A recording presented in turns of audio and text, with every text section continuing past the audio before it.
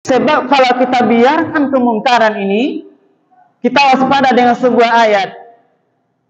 Wattaqu fitnatan la tusibanna allazina zalamu minkum khassah.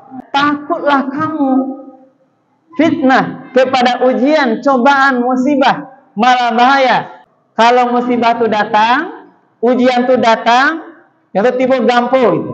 Ini tidak akan memilih tuh Bapak Ibu. Ke rumah ustad, ke rumah orang malian.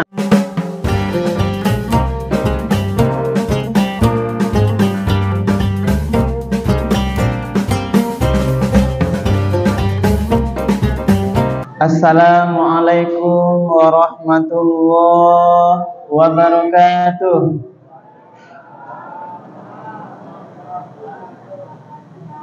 Alhamdulillahi rabbil alamin, alladzi anzala as-sakinata fi qulubil mu'minin. Asyhadu an la ilaha illallah wahdahu la syarikalah wa asyhadu anna Muhammadan abduhu wa rasuluh sallallahu alaihi wasallam la nabiyya ba'dah. Faqala Allah ta'ala fil Qur'anil Karim, a'udzu billahi minasy syaithanir rajim. Bismillahirrahmanirrahim. Kuntum khaira ummatin ukhrijat linnas ta'muruna bil ma'rufi wa tanhauna 'anil munkar wa tu'minuna billah. Walau amana ahlul kitabi lakana khairan lahum minhumul mu'minuna wa aktsaruhumul fasiqun. Sadaqallahul azim. Bapak-bapak, ibu-ibu, hadirin kaum muslimin, angku-angku, nenek mama, alim ulama, para jemaah Masjid Raya Taqwa Tanjung Beringin yang dimuliakan oleh Allah. Marilah kita sama-sama menyampaikan kalimat puji dan syukur. Alhamdulillahirabbil alamin. Segala puji bagi Allah Tuhan semesta alam, karena sampai pada malam Ramadan yang ke-14 ini kita bersama-sama masih diberikan nikmat kesehatan, nikmat kesempatan, kemudian juga nikmat kemudahan-kemudahan, sehingga kita masih bisa melangkahkan kaki, mengayunkan tangan kita beribadah, mendirikan qiyamul Ramadan di masjid yang sama-sama kita cintai ini. Lai siap-siap sadonya Pak Ibu. Lai kanyang buku tadi Pak Ibu. Lai kanyang ibu buku tadi. Kalau kanyang hati-hati penyakit ngantuk Ibu. Ngantuk ayo. Karena malam-malam AC wak dingin, biasanya Ibu bisa talalok dek kesanangan, boleh kekanyangan. Waktu ceramah kita hanya sekitar 20 menit. Jadi jangan sampai rugi ya Pak. Sedang ceramah Bapak Ibu talalok gitu. Itu aja pesannya. Jadi mari sama-sama kita dengar bersama-sama ya Pak Ibu ya. Kemudian kita sampaikan salat dan salam kepada Nabi kita, Nabi Muhammad sallallahu alaihi wasallam, yang telah meninggalkan Al-Quran dan Sunnahnya sebagai pedoman hidup kita bersama. Bapak dan Ibu, para jemaah yang dimuliakan Allah, judul tausiah awak pada malam hari ko, amar ma'ruf nahi mungkar. Judul kolah acok wak danga ko. Khatib yakin, atau maksudnya kami yakin bahwasanya judul kita ini bukan hal yang baru, tapi sekarang perlu kita ulang, perlu kita pahami makna dari amar ma'ruf nahi mungkar itu, dan kita perlu Ibu dan Bapak mengamalkannya karena ini adalah sebuah perintah Allah. Dan perintah amar ma'ruf nahi mungkar itu bukanlah tugasnya para ustadz saja. Kalau kami di mimbar itu Bapak menyampaikan. Kami sampaikan ini amar ma'ruf, ini nahi mungkar. Dalam pengamalannya nanti kita bersama-samalah yang akan melaksanakannya. Apa makna amar ma'ruf nahi mungkar? Amar ma'ruf itu menyuruh, mengajak, membawa diri kita, keluarga kita, orang lain, masyarakat kita, semua yang mungkin patut kita ajak kepada kebaikan-kebaikan. Jadi mengamar ini memerintah, mengajak. Karena bahasanya amar ini tentu lebih tepat kepada pemerintah, pemimpin. Walaupun kita semua ibu bapak adalah pemimpin yang nanti akan diminta pertanggungjawaban, termasuk tanggung jawab amar ma'ruf nahi mungkar. Jadi amar ma'ruf mengajak kepada kebaikan, yang ma'ruf, yang diridhoi oleh Allah. Lalu yang kedua, nahi mungkar, mencegah, ini preventif, melarang, managahan, menunjukkan, menganakan seseorang dari perbuatan yang mungkar, yang badoso, yang tidak boleh, karena dia larang dia, tagahannya. Inilah namanya nahi mungkar. Kalau amar ma'ruf ibu dan bapak, ini barangkali agak jarang terjadi persoalan, karena wak majak orang kepada kebaikan. Kalau aja orang sembahyang, contohnya anak-anak muda yang atau anak-anak awak ibu dan bapak, yang dia nampak kita tidak sholat ya, jarang sembahyang, wak ajak sembahyang. Nah, sembahyanglah lain nak muda. Nah, dia biasanya tidak ada perlawanan. Bapak lain bakal nyontohnya Pak. Bapak lain menjawab tuh, yo bang, yo tehnya yuan gitu. Tapi nyendaknya kerajuan. Jadi kita ajak kebaikan itu biasanya jarang ada tantangan Pak. Seperti pernah orang saya ajak orang, kalau baca dakeknya ibu bapak, salam, assalamualaikum nak, pasti dia jawab waalaikumsalam. Nambah kini pemuda yang lain-lain lah, siapapun di masyarakat, orang puasanya merokok. Ini sekarang banyak Pak. Dengan enak merokok sambil bekerja. Kebetulan tadi juga saya siap mencuci kendaraan, itu kalau cuci mobil itu dia nak puasa dia. Kita coba sini sedikit. Kalau puasa kok barek ya, puasa kalau keraja ya deknya. Iya itulah bang, sebenarnya salah wak aja juga. Tahu dia. Ini enak aja rokok tadi gitu. Ini contoh, tidak kita sampaikan di mananya. Jadi kewajiban amar ma'ruf. Kalau amar ma'ruf biasanya itu tidak ada perlawanan. Tapi yang baik benar adalah nahi mungkar. Coba larang orang bajudi Pak Ibu. Nampak bangpoknya kan, bajudi di atas meja, pasang BT-nya, balik kartu chipnya kan, judi chip ke online tuh, pagalanya Bu, pasti dia melawan. Apalagi tidak tapek masuknya ya Mak. Salah-salah masuk aja orang-orang penjudi ya Pak, bisa adu fisik gitu kan. Apa lah jangan awaknya, emang apa lah batu alasan tiang nanya kan? Sok suci Paknya kan? Ini dia. Tapi kita tidak boleh lari benar. Ini perintah. Sebab kalau kita biarkan kemungkaran ini, kita waspada dengan sebuah ayat. Wattaqu fitnatan la tusibanna allazina zalamu minkum khassah. Nah, ini juga wahai orang beriman, dikatakan takutlah kamu fitnah kepada ujian, cobaan, musibah, mara bahaya. La tusibanna allazina zalamu minkum khassah. Kalau musibah itu datang, ujian itu datang, yang itu tiba gampo gitu. Malam tadi kan kita dihoyak gampo ya Pak ya. Walaupun tidak berat tangannya di daerah Sumatera Utara itu, Kalau dakek awak kalau tiba dia musibah tu, nyo ndak akan memilih tu Bapak Ibu.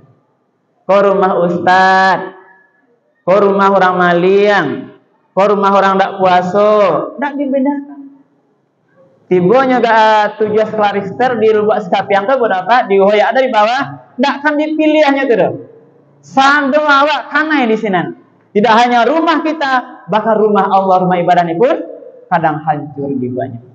Di situlah letaknya perlu amar ma'ruf nahi mungkar. Jadi jangan dianggap sepele. Maka Nabi dalam sebuah hadis yang tegas, man ra'a minkum mungkaran falyughayyirhu biyadihi. Kalau nampak di awak kemungkaran, orang berjudi, orang berzina di muka mata awak, pacarannya ndak wajar,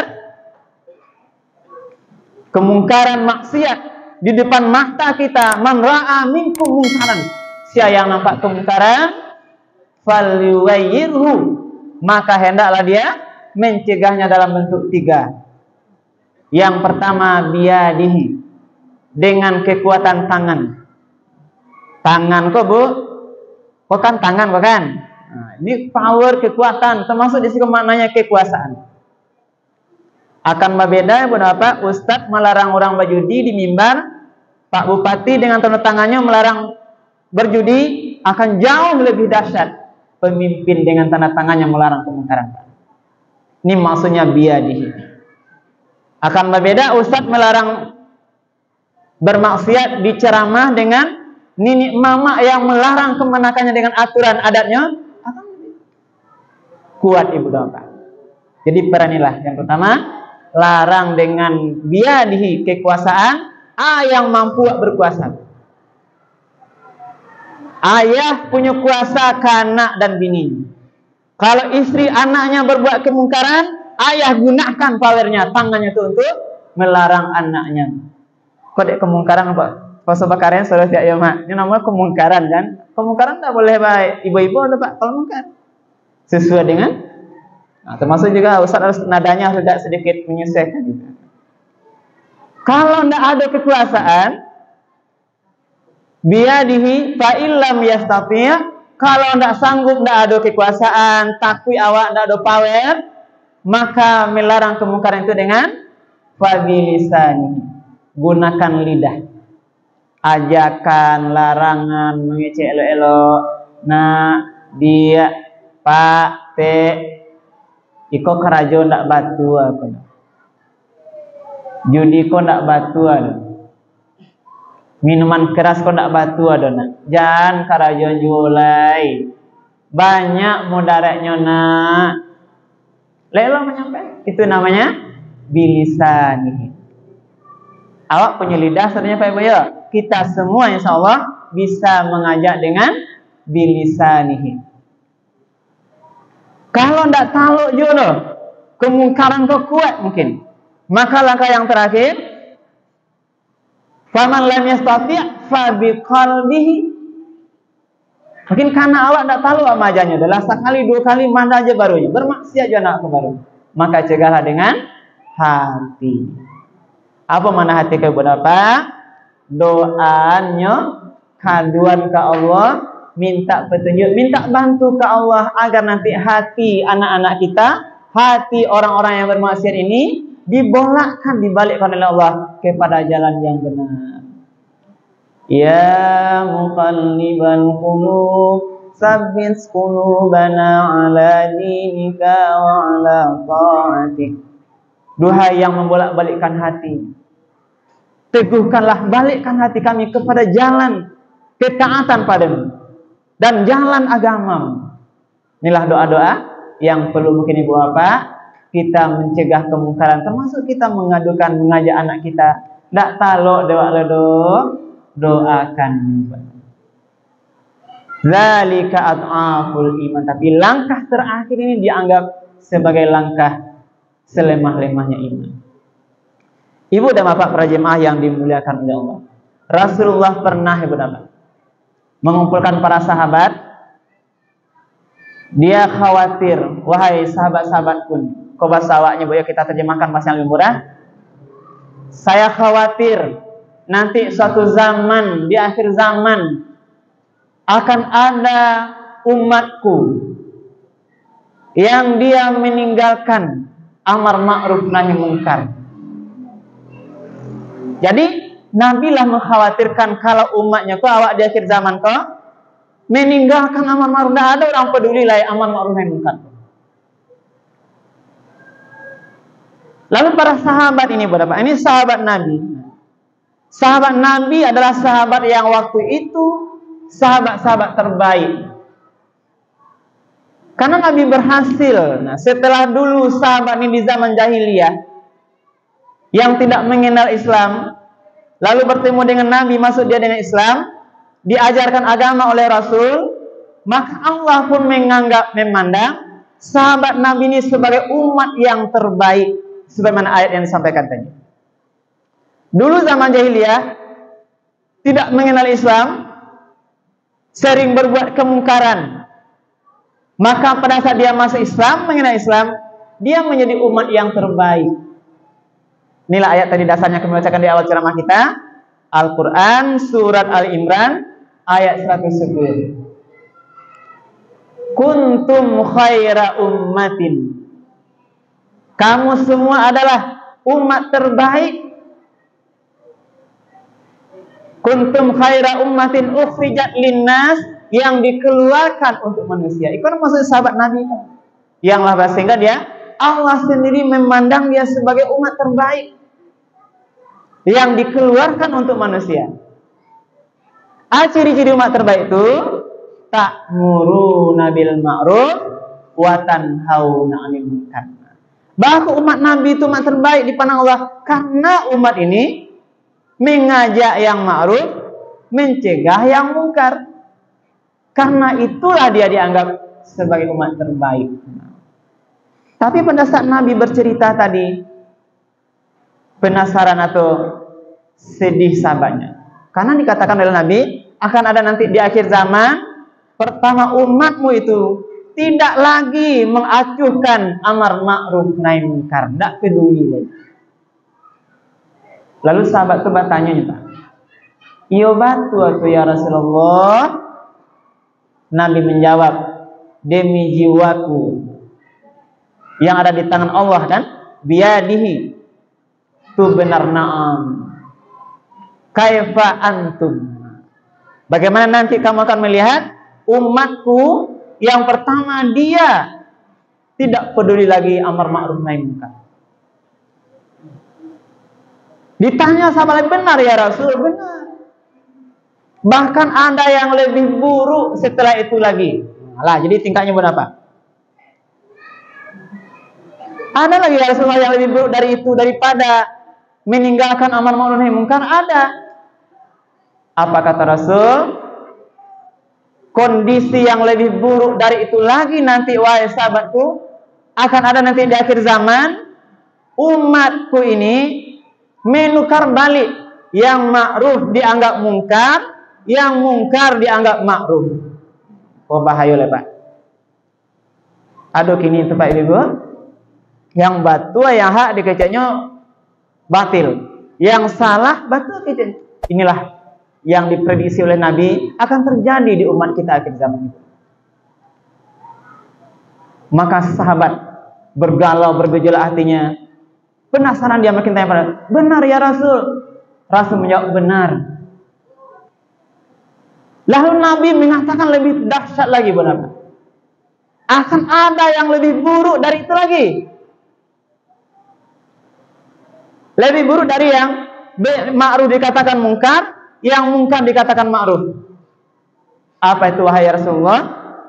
Akan ada umatmu nanti menyuruh yang mungkar, melarang yang ma'ruf. Ini sudah diprediksi Nabi, wahai benar. Bertangisanlah sahabat-sahabat Nabi, umat terbaik tadi benar, karena memprediksi hal yang tidak dia bayangkan, benar. Jangankan melarang lagi, membalikkan, melarang yang ma'ruf, mencegah yang mungkar. Terbalik, melarang yang ma'ruf, menyuruh yang mungkar. Tadi dianggap yang mungkar itu baik, ma'ruf, yang ma'ruf dianggap mungkar, sekarang disuruhnya lagi. Inilah yang perlu kita waspadai, Bapak. Karena itulah ini mengingat waktu kita di bulan suci yang penuh berkah ini, bulan Ramadan yang baik ini, Bapak, mari kita laksanakan sebuah amalan terbaik ini, mengajak kepada amar ma'ruf ini, amar ma'ruf nahi mungkar, tentu sesuai dengan kemampuan kita masing-masing. Walaupun tadi amar ma'ruf ini sebuah perintah, nahi mungkar itu larangan, kita tetap memakai Bapak, jangan kita sembarangan. Nah, maksudnya ini konsep dakwah kita pun harus perhatikan, mengajak yang ma'ruf, melarang yang mungkar ini juga harus memperhatikan metode dakwahnya. Apa contohnya Bapak? Ini sebagai ayat terakhir Bapak, Allah menyampaikan, ud'u ila sabili rabbika bil hikmah wal mau'izatil hasanah wajadilhum billati hiya ahsan. Ajaklah orang itu ila sabili rabbika, kepada jalan Tuhanmu. Yang pertama, acaranya dengan hikmah, kebijaksanaan. Walaupun jalan di awak dia berbuat kemungkaran, nampak di awak ibu nampak taknya kerajuan perintah Allah, kita harus tetap bijaksana menyampaikannya, memilih kondisi yang pas menyampaikan yang rasanya bisa menyentuh hatinya, ibu nampak. Nah, jadi dakwah harus pandai-pandai juga, tidak boleh sembarang berdakwah, karena nanti membalik klep itu Bapak ya. Jadi setelah sampai beko kita jadi berbahaya nanti. Tetap harus menyampaikan, nanti mengajarkan, nanti tidak sembarang. Ada teorinya, ada metodenya, ada kebijaksanaan di sini. Bil hikmah. Yang kedua, wal mau'izatil hasanah, dengan pelajaran-pelajaran terbaik. Nah, mungkin kalau kita umumnya Bapak dengan berikan pelajaran, melatih anak kecil contohnya kan, mengajaknya bertanya baik, Pak sampai cerita-cerita sahabat-sahabat, cerita nabi-nabi, cerita orang-orang yang hebat. Majak nanti anak berbakti kepada orang tuanya, Bu sampai cerita Wa'is Al-Qarni. Ini contohnya kan. Dengan pelajaran-pelajaran. Yang terakhir juga dikatakan ayat, wajadilhum billati hiya ahsan. Untuk orang yang suka berdebat kamu, wak sampaikan cie kayaknya ampe baliknya kawan, ampe kali contohnya. Diajak kebenaran, dia membantah dengan bantahan yang lebih keras. Wajadilhum billati hiya ahsan. Bermujadalah, berdiskusi dia, bermusyawarah, bayu-yu dengan yang lebih baik.